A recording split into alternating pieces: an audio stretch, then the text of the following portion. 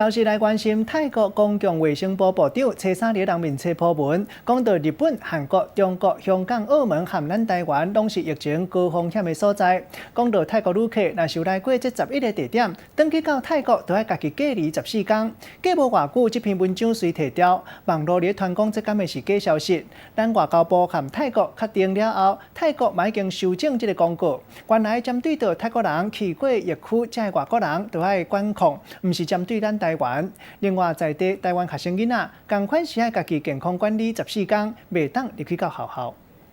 国人去泰国并没有这个所谓的相关隔离的限制。要飞去泰国的台湾人会当放心吗？虽然3号泰国公共卫生部长伫咧面册讲，日本、韩国、德国、中国、香港、台湾甲法国、意大利者拢属于疫情高风险的区域，对这个所在入境的旅客拢总爱隔离14天。但随后伊就将破文踢掉。外交部踮泰国的代表处特别去了解，伫咧4号泰国政府修改公告的对象，针对入境的泰国人，甲对有疫情地区入境的外国人来分做3种，出现症状爱伫咧病院隔离，若甲确诊的病患有过接触的家属、同事也是同学，就必须严格自我隔离。若捌去过疫区的，但无符合顶悬这2类的旅客，也是爱挂嘴罨，避免去人较侪的所在，而且爱继续自我观察。就算消息澄清啊，不过有伫咧当地读书的台湾学生讲，伊互要求伫咧厝内用网络来上课。今天是在家用视讯上课的第3天。这个学生2月26号到曼谷，无偌久就收到老师的通知，表示泰国的教育部下令，只要去过中港台、日本、韩国、新加坡，就拢袂当入去学校。虽然规定属于宣导的性质，无强制，亲像是家己来健康管理，但已经为伊带来真侪无方便。有点沮丧了，因为本来是已经准备很久，说可以